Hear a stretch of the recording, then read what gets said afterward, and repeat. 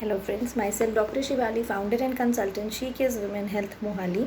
Pregnancy week by week series में आज हम डिस्कस करेंगे वीक 15th ऑफ प्रेगनेंसी। तो week 15th of pregnancy means 3.5 month of your pregnancy and in this week of pregnancy आप अपने second trimester में हैं which is known as the honeymoon phase of pregnancy. Because आपके जितने भी borders and symptoms थे वो ख़त्म हो गए हैं and thanks to the pregnancy hormone progesterone जिसकी लेवल्स बढ़ने की वजह से इस वीक से आपके फेस पे एक अलग सा ग्लो आना शुरू हो गया, आपके हेयर और शाइनी हो गए हैं। बिकॉज जो प्रोजेस्टेरॉन है दैट कॉजेज वेसोडाइलेटेशन, यानी कि ब्लड वेसल्स की डायमीटर को, ल्यूमन को बड़ा करता है, जिसकी वजह से blood supply to hair to face increase हो जाती है। ये बेसिकली एक जो है मेथड है नेचर का, ताकि आपके बेबी को ब्लड सप्लाई ज़्यादा बढ़ सके। तो प्रोजेस्टेरॉन की वजह से यूटरस को ब्लड सप्लाई इंक्रीज़ हो जाती है, जिसकी वजह से बेबी की ब्लड सप्लाई इंक्रीज़ होती है, ताकि बेबी को अच्छे से ब्लड मिल सके और उसके थ्रू जितने भी उसको न्यूट्रिएंट्स चाहिए वो उसको प्रोवाइड हो सके। तो ये एक नेचुरल मेथड है to increase the blood supply to the baby.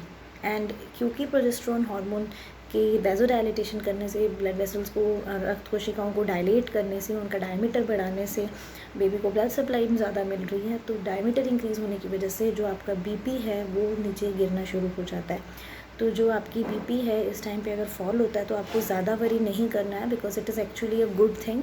That means आगे जाके आपको प्रेगनेंसी इंड्यूस्ड हाइपरटेंशन, यानी कि प्रेगनेंसी में रक्तचाप का बढ़ना, बीपी का बढ़ना, उसका खतरा कम हो जाता है। तो अगर आपका इस टाइम पे जो आपका बीपी है अगर वो फॉल होता है दैन द प्रीवियस रिकॉर्ड्स, तो that is actually a good thing, not a bad thing. And secondly इस टाइम पे आपका एपेटाइट जो है, खाना खाने की जो आपकी भूख है वो खुल जाती है, क्योंकि जो आपके बॉडर्स एंड सिम्टम्स थे वो भी अब ख़त्म हो गए हैं। प्लस अब आपके बेबी को डेवलप जल्दी जल्दी होना है, तो आपके जो है रिक्वायरमेंट्स जो है वो इंक्रीज़ हो गई हैं। तो उसको एडजस्ट करने के लिए बॉडी में आपको भूख ज़्यादा लगनी स्टार्ट हो जाती है। बट आपको इस टाइम पे ध्यान रखना है कि आपने ईट फॉर टू जो फंडा हम कहते हैं कि 2 लोगों के लिए खाना है, वो हमने नहीं करना है। इस टाइम पे सेकेंड ट्राइमेस्टर में आप अपनी एक्सरसाइजेज़ भी शुरू कर सकते हैं एंड जिसको कि हम कीगल्स एक्सरसाइजेज़ बोलते हैं। तो इस टाइम पे आप अपनी एक्सरसाइजेज़ भी पेल्विक मसल्स की टोन को बढ़ाने के लिए कर सकते हैं। एंड ऑल्सो इस टाइम पे आप लाइट इंटेंसिटी की एक्सरसाइजेज़ जैसे स्विमिंग वगैरह ये सब भी कर सकते हैं। आपने कोई भी एक्सरसाइज नहीं करनी है इस टाइम पे भी, जैसे पेट पे आपके जो है बहुत ज़्यादा प्रेशर है। And one more thing in this week onwards is कि अगर आपका ड्यूअल मार्कर में हाई रिस्क आया हुआ है या आपकी स्क्रीन पॉजिटिव आई हुई है for any of the genetic problems, तो इस टाइम में, इस हफ्ते के एंड तक आपको अपना एमनियोसेंटेसिस, यानी कि बच्चे के आसपास के पानी का सैंपल जो है, जो कि कंफर्मेशन करेगा कि बच्चे में कोई जेनेटिक नुक्स है कि नहीं है, वो आपने करवाना है। तो ये 15th वीक के एंड में, यानी कि 16th वीक में जो एमनियोसेंटेसिस है वो रिक्वायर्ड है अगर आपके केस में, तो वो आपने मिस गलती से भी नहीं करनी है। सेकेंडली इस टाइम पे हमारे बेबी में क्या चेंजेस हो रहे हैं, तो हमारे बेबी का जो वेट है वो 60 to 70 ग्राम्स के आसपास रहता है एंड बेबी का जो लेंथ है वो 4.5 to 5 इंचज़ के आसपास रहती है। And brain muscle coordination baby में अब डेवलप हो गई है, यानी कि जो बेबी है अब अपनी सारी मसल्स को फ्रीली यूट्रस के अंदर मूव कर रहा है। जो फीटल मूवमेंट्स जो होते हैं, बेबी की जो मूवमेंट्स हैं वो स्टार्ट हो गई हैं, लेकिन मदर को ये परसीव नहीं होते हैं, बिकॉज अभी बेबी बहुत छोटा है।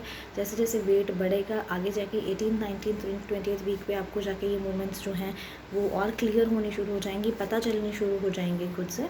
लेकिन इस टाइम पे 15th वीक पे दो baby is moving inside, baby अंदर बहुत ज़्यादा समर सॉल्टिंग कर रहा है, बहुत ज़्यादा मूवमेंट्स कर रहा है, जिमिंग कर रहा है, बट ये आपको पता नहीं चलेगा।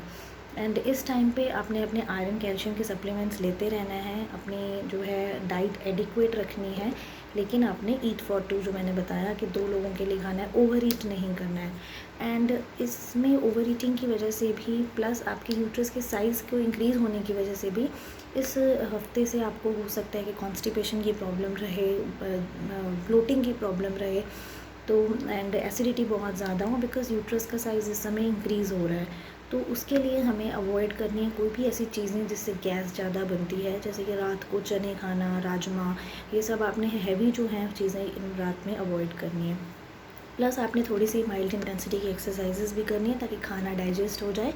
एक साथ बहुत सारा नहीं खाना है, स्मॉल फ्रिक्वेंट मील्स लेनी है। पहला खाना डाइजेस्ट होने पे नेक्स्ट खाना है, ताकि आपका जो है डाइजेस्टिव सिस्टम है वो आपको उसमें कोई प्रॉब्लम ना रहे।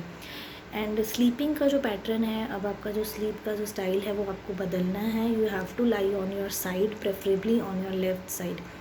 आप राइट साइड भी लेके सो सकते हैं, बट लेफ़्ट लेटरल पोजीशन जिसको हम बोलते हैं, यानी कि लेफ़्ट साइड में साइड लेके सोना, दैट इज़ बेटर।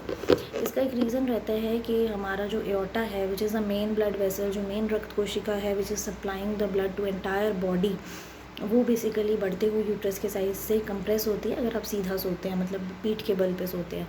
तो इसीलिए हमें उसको, उस कंप्रेशन को रिलीव करने के लिए, उसके ऊपर प्रेशर रिलीव करने के लिए हमें साइड लेके सोना होता है, ताकि हमारे एंटायर बॉडी को उस जो हमारी मेन ब्लड की कोशिका है उसके थ्रू, एओर्टा के थ्रू ब्लड प्रॉपरली मिल सके।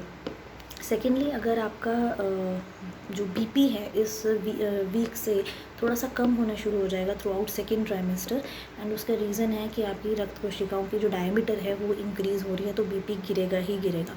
तो बीपी गिरना actually is a good thing. ऐसा नहीं है कि हमें वीकनेस आ रही है या हमारी डाइट अच्छी नहीं है इसलिए हमारा बीपी गिर रहा है। तो अगर आपका बीपी फॉल होता है इस टाइम पे, तो it is actually a good thing, it's a good sign that आपका लो रिस्क है आगे जाके प्रेगनेंसी इंड्यूस्ड हाइपरटेंशन, यानी कि प्रेगनेंसी में हाई बीपी की प्रॉब्लम होने के चांसेस आप में कम है। तो it is actually a good sign. And हमारे वुड बी डैडीज़ के लिए क्या एडवाइस है, तो वो ये रहेगी कि आपने लेट नाइट जो है वर्क वो नहीं करना है, एंड ताकि आपकी जो वाइफ़ है उनको अच्छी सी एडिक्वेट स्लीप आ सके। प्लस इस टाइम पे आप अपने जो है वाइफ़ के लिए अच्छी अच्छी शॉपिंग कर सकते हैं, क्योंकि अब उनका मूड अच्छा हो गया है, तो you can plan out some like dinner और some trip out with her. तो ये सेकेंड ट्राइमेस्टर क्वाइट सेफ रहता है, जिसको हम वैसे भी हनीमून फेज़ ऑफ प्रेगनेंसी बोलते हैं। तो इस टाइम पे आप अपनी वाइफ़ के साथ इस टाइम पे पूरा एंजॉय कीजिए। एंड हाँ, अगर आपका हाई रिस्क आया है ड्यूल स्क्रीन में, तो आप अपने इस वीक के एंड तक एमनियोसेंटेसिस प्लान करना ना भूलना। Thank you.